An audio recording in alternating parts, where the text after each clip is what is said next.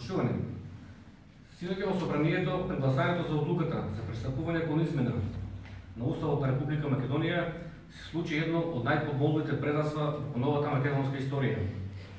Единствена Македонија во соопштението до јавноста од 2 октомври предупреди дека во игра се по 2 милиони евра по пратеник. За жал, откако синоќа се потврди, македонски платеници, како избрани пратеници, не издржаа. И не за било што, туку за тргување со највисоките национални и државни интереси. На Зоран Заев устата му е полна со евроатлантски интеграции, Европа на владење на правото, Европа на почитување на правната држава. Каква е таа Европа во која се дава по 2 милиони евра за пратеник, за гласање, за предавство спрема својата татковина или одење во затвор ако не се гласа по нарачка на власта? Каква е таа Европа во која платеници, терористи се пуштаат од притвор да гласаат, нели власта на Заев се до вчера ги нарекуваше терористи тројцата пратеници кои синоќа не издржаа и гласаат против македонскиот народ и против македонската држава?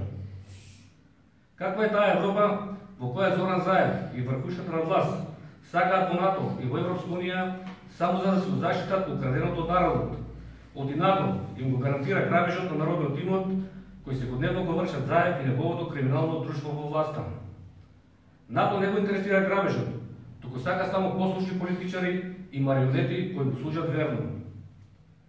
Каква е таа Европа во која вчера слушавме официјална информација од грчките власти дека во грчкото Министерство за надворешни работи постоел таен фонд од 50 милиони евра за подкуп на политичари, новинари и медиуми во Македонија да го извршат предавството спрема сопствениот македонски народ?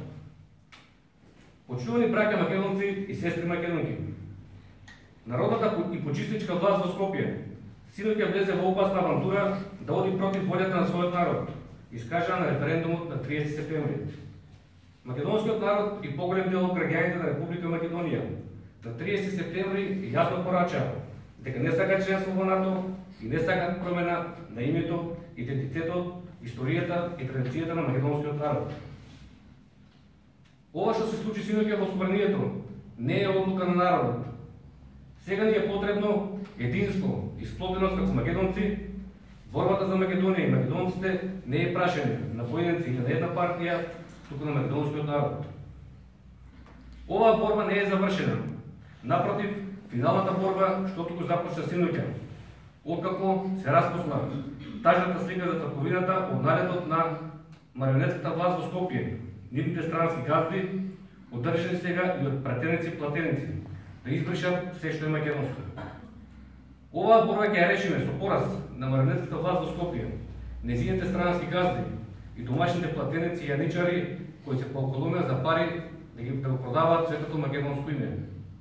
Новата легална власт на единствена Македонија ќе ги расчисти целосно националните предавства согласно законите што ќе произлезат од новиот македонски устав.